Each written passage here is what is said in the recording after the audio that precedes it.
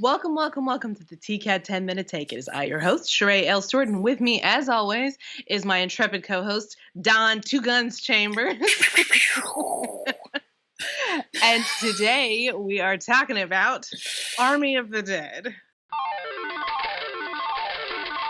Army of the Dead. Yes. But before we get started, make sure you click that subscribe button and you click that bell to get all the 10-minute takes as soon as they drop. Now, as always, Mr. Chambers will go first and go. Boom. Army of the Dead, directed by Zack Snyder, starring Dave Bautista, and in a weird way, also starring Tig. Is it Notaro? Mm-hmm. Since she came in and replaced Chris D'Elia, I think I'm pronouncing that name right, who is in his own world of trouble. And from what I understand, they did all the Tig stuff green screen. That's what I understand. And if that's the case, I'm going to give points to the green screen person, because I was staring and looking and really trying to sort of see if I could sort of see it. And a lot of it did look seamless. So I was like, wow, if that was green screen, never would have known. A couple scenes I could tell a little bit there. But for a lot of it, I was like, man, I never would have known. And so, hey, props to them for, I think for the most part, if they never would have put it out there, I don't think anybody would have known that she was green screen the whole time. But besides that one bit of probably the best news about this film, let's go on to the film. So, it's a movie, spoiler alert, where it's a movie where a zombie soldier gets accidentally freed just in the outskirts of Vegas, obviously infects all of Vegas.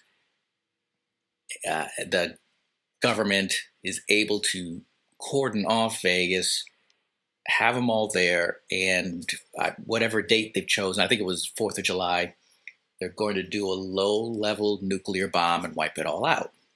But before they do that, a certain financier or billionaire or whatever wants to recruit some people to go in and get this $200 million that's buried under there, and is, willing to give them a cut and whatever. And of course, we find out, oh no, that's not really why they're there. Hey, twist. Okay. So let me just go with what I kind of liked.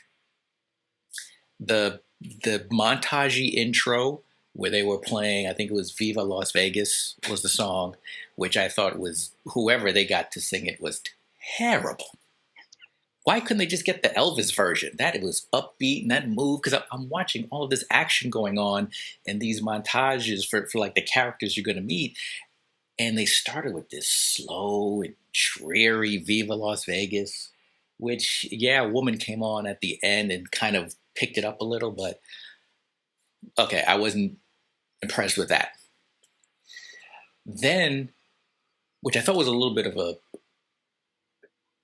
I don't know if it was going to be a foreshadowing, but it almost felt like a little bit of a waste. One of the characters in that montage was like this badass mom who just became like a Terminator because she lost like her kid and the rest of her family, only for later in the montage to find the kid. I was like, wait, your daughter's been there the whole time? And then to just get killed, the both of them, in a pretty hardcore way, which I was like, okay, is that going to be some sort of foreshadowing? Or honestly, that was probably the best character in the whole movie, and she was gone within like the first 2 minutes. But that's just me. So, we've got these characters. They're all recruited thinking they're going in for some money. One of the characters is Dave Bautista, who his backstory is his wife got infected. He ended up having to kill the wife. He kills the wife in front of the daughter. And lo and behold, daughter is now angry at dad. Now, at first you're thinking she's angry at dad because she killed the mom, but it's the reasoning is because he became distant and never talked and never came to her. I'm like, girl, he just had to kill his wife. The man is not going to be all talkative and chatty Cathy. I think that was a bit devastating. And you, as the daughter, could have extended an olive branch and helped out the situation. Either way, I thought that relationship was dumb and stupid. And the daughter she was like the one character who I kind of wanted to die because she was really annoying. You're running out the clock here. I know. I'm sorry. Okay. But so the main story is when they get there, it turns out the financier sent his bodyguard with him. Turns out they didn't care anything about the money. They wanted to collect like the head of one of these alpha male zombies. Now here's the thing. That part with the zombies could have been cool on its own because it turns out the zombies had like a structure in there and there was like levels to them. And I'm like, okay, that could be interesting, but they don't really touch on that. It's just sort of hinted at. You don't really see it. And the other part is there's a zombie baby. What the hell is going on here? You're just giving away all this I told them it was spoilers. Well, where would you put it on our scale? At least give us that. Like, how do you feel about it, Don? We saw it. What happened? How do you feel about it? This is just purely, no, I'm not paying money for a ticket. Absolutely not. I would have been angry. I would have been mad that not only did I pay a ticket, I bought this overpriced popcorn and this overpriced soda as I sat there. No, this is just strictly meant for HBO Max or whatever it was on, so I could sit there and pause it and be angry. If I had to give it a number 1 to 10, 5 at best. At best. I'm like, really? Even the action was okay, but it didn't really leave me like I just saw something really cool. Oh man. Okay. Just take a breath. So I disagree with you a little bit. There were a lot of things that I liked about this movie, and there were a lot of things that I didn't like about this movie. So together, all of those things kind of cancel each other out and make the movie just okay for me. Like, the opening montage is definitely a signature Zack Snyder opening montage. I do agree with you that lots of slow-mo. The singer, the second singer of the song, the lady singer, was better. And yes. I wish that she sang the entire thing, like the tempo of it and the feeling of it and the emotion of it. I preferred her to the singer that started the song, and I wish that was the entire montage. The montage was great. Like, that was literally probably the best part of this movie. And that character, like, I don't know if you know about like the plans for this zombie universe. Oh no, I have no idea. They are intending to do a prequel animated series, like a limited animated series with the same voices, but as the fall of Las Vegas. So now tell me this: Zack Snyder is not going to direct that. I think he will. Oh. God. Or parts of it, at least, or at least be involved in the creative process. But it'll be like Lost Vegas. It'll be that story of that montage and all of those characters and how that and the fall of Vegas. But it'll be animated and it'll be a limited series. So that's the plan for that. And then there's also a planned. So the things that I liked about this movie. I do like the twist on the zombie mythology with having levels of zombiness, and the fact that the initial infection isn't necessarily. I don't think it was a reanimated dead person. It was some kind of infection, because when he's first introduced, he's got that army buzz cut. And then when we see him later, his hair's grown. And then obviously with the baby situation and them being able to do like the alphas, I think they're in some kind of weird in between Half-Life next evolution of what humanity could become. And then the people that those secondary, I guess, would be betas or whatever, what they by they're undead. like the shamblers, the slow zombies, they're the undead. I do think that was interesting to have them not be dumb and just not be just mindless, bitey, feedy. Like they have a hierarchy, they have like a civilization, they have order. I do think that was an interesting evolution of it because, you know, we've seen every other permutation of zombiness under the sun. And this was something new and interesting. I mean, Zack Snyder, he is like, you know, love him or hate him, he takes risks, huge risks. And sometimes they pay off and sometimes they don't. Like the filming of this was really interesting. He used a lot of vintage lenses that had really shallow focus. So there's a lot of things that are, you know, tight focus, and then everything in the background is blurred out, which is why the Tig Notaro replacement was probably as successful as it was, because they were able to put her into situations where it was really out of focus. I do not care for Chris D'Elia in general. I don't think he's very funny before any of this, and I wish that Tig Notaro had been originally cast, because in my opinion, she's funnier and she's more relatable, and I really enjoy her in general.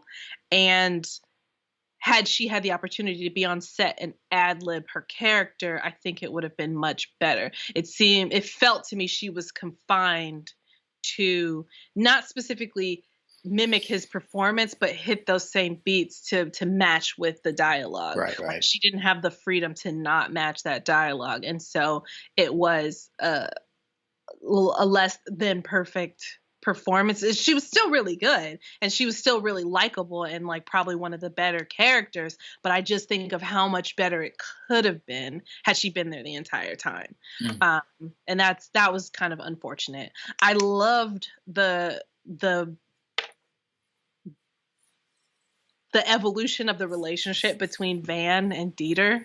Like it was funny and fun and kind of out of left field. And that was an improv of those two actors interacting over the course of making the movie. Like it wasn't part of the script. It was just the chemistry of those two actors together. And I really appreciated that. My biggest problem, there were a lot of things in this movie that were like, he threw so many things, and it had a mishmash of things, and it had a tendency to lose focus.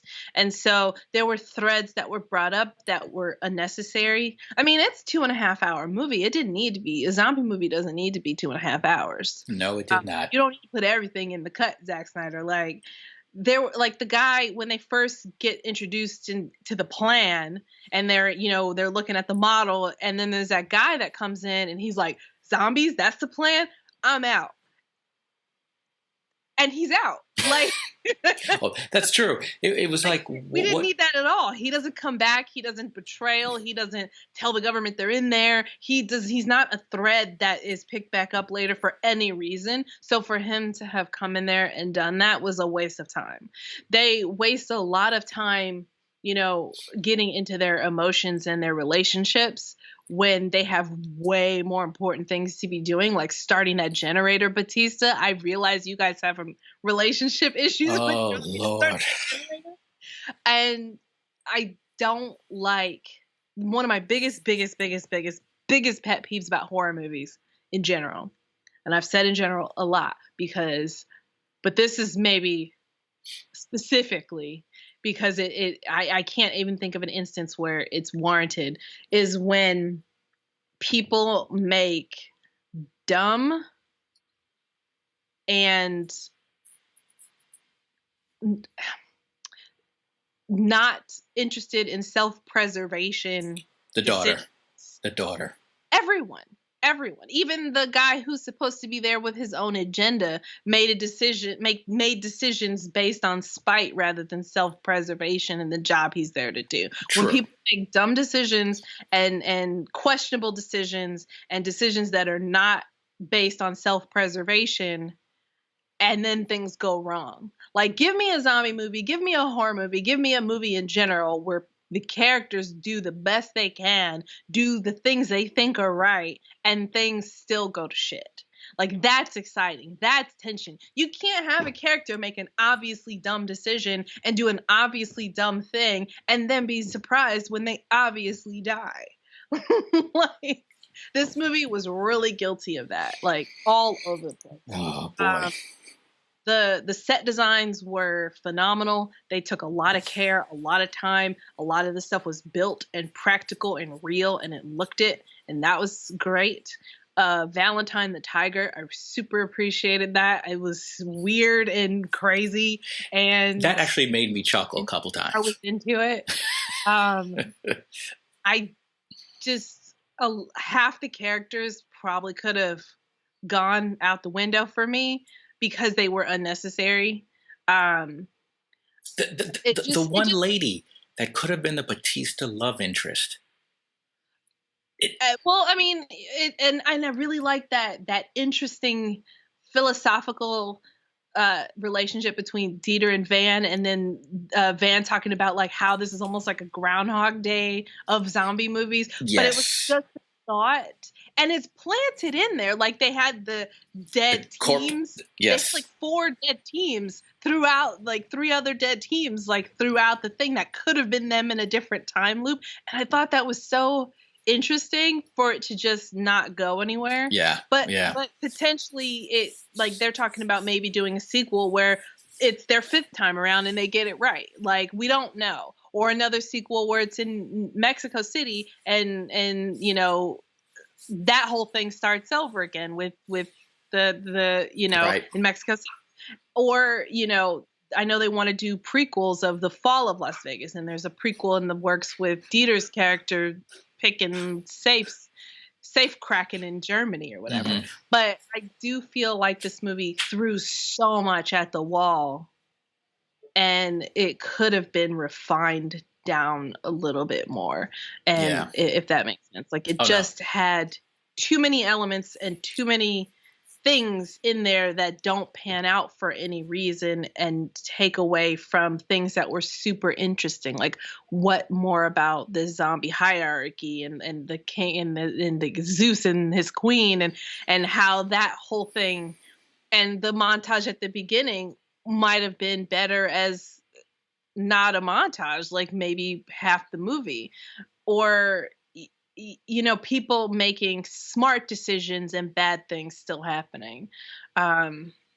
It just felt like there was too much and not enough. Mm-hmm. But I wouldn't say that it wasn't worth a watch. It's definitely popcorn fun. I wouldn't pay full price for this by any stretch of the imagination. I think that if I had, like, it was summertime, it's 4th of July, I'm not doing anything. It's a good summer matinee. If you're just hanging out with friends and you got nothing else to do, it's definitely worth a matinee ticket. It's definitely worth a Netflix watch.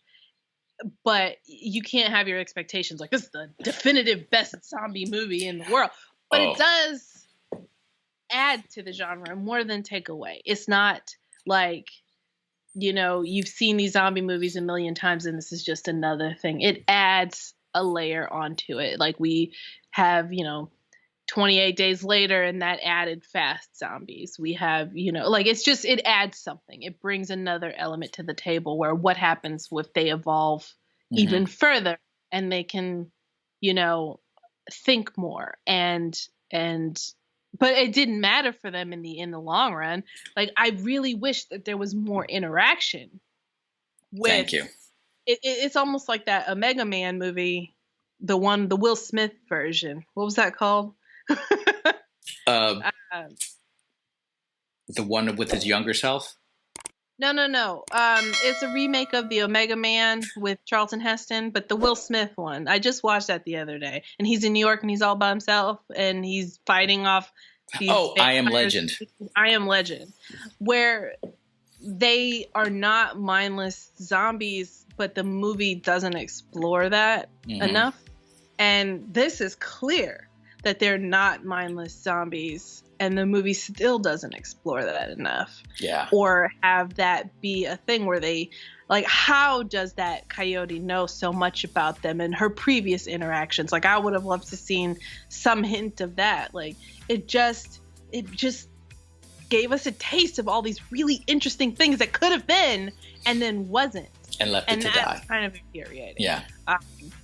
And then the person who lives is the person you want the most to die. Which Thank is you. always a frustration when, that happens. Thank you. I'm like, why do we have this She daughter? caused so much trouble, so much trauma for her dumb ass. I didn't even talk about, and you got your arms out and everything. Why everybody got their arms out? Oh, don't even get me started why nobody's wearing a sleeve in this movie. Why is no one wearing sleeves? Or belly shirts? Like, why are you wearing a crop top and no sleeves in a zombie-infested city? What are you doing? That's that non-self-preservation. Is there a word for that? I'm sure there's a German word for the opposite of self-preservation. I was thinking the same thing. Not a damn person is wearing like industrial strength denim or something. I would have been wearing like a Kevlar Under Armour full body suit with like a full body suit. Right. Head to toe Kevlar Under Armour. Like, they had to have invented something. In a world of zombies, the military has some kind of Kevlar, like, skin tight body suit. There is. Yes, there is. Like, that's crazy. And why they're not wearing it, I'll never know. But anyway, it's worth a matinee. It's worth a Netflix. It's not worth more than that.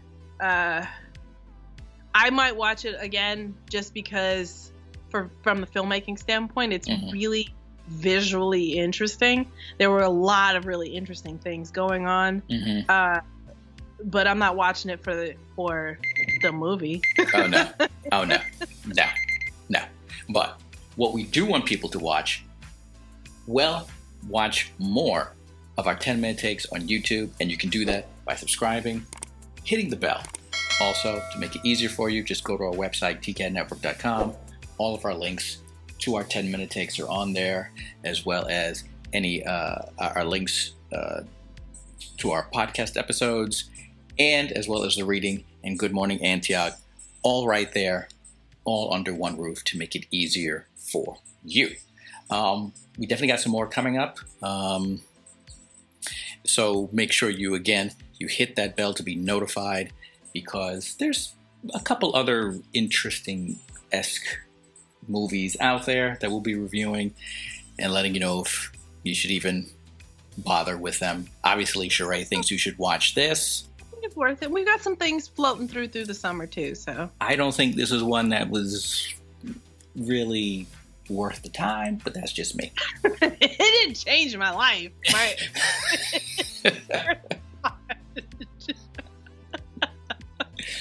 That's just me. But until the next one, see ya. Yeah, it certainly won't change your life.